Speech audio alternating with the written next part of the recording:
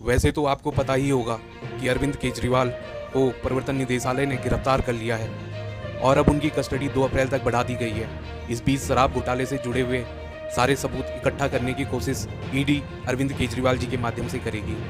आज हम इस वीडियो के माध्यम से ये जानने की कोशिश करेंगे कि क्या इस मुद्दे को सिर्फ देश के मीडिया ही बल्कि अंतर्राष्ट्रीय मीडिया के द्वारा भी जिस तरह से कवर किया जा रहा है और लगातार विपक्ष भी इस मुद्दे पे को लेकर मीडिया के सामने मुखर हो रहा है, तो क्या इससे विपक्ष को फायदा मिलेगा या विपक्ष को नुकसान होगा।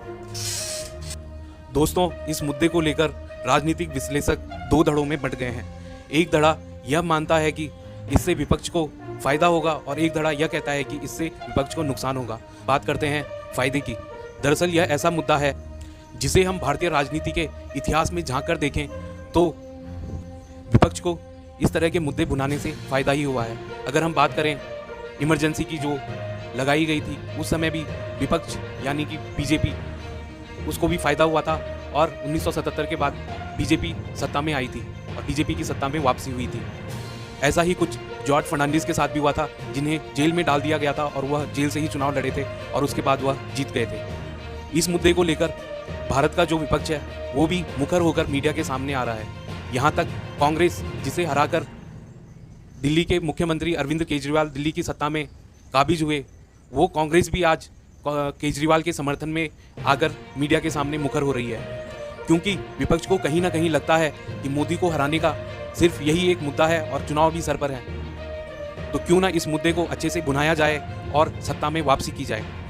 दूसरा जो धड़ा है बुद्धिजीवियों का, वह मानता है कि इससे विपक्ष को नुकसान ही होगा, क्योंकि जितना विपक्ष इस मुद्दे को उठाएगा उतना ही मोदी की भ्रष्टाचार के खिलाफ जीरो टॉलरेंस की नीति को बल मिलेगा और साथ ही वो सभी विपक्षी दल जो कभी केजरीवाल के विरोधी हुआ करते थे, उनके भी साथ में आने से यह स्पष्ट हो जाएगा कि सभी विपक्षी दल के नेता भ्रष्टाचारी हैं और वह भ्रष्टाचार के खिलाफ एक हो रखे हैं।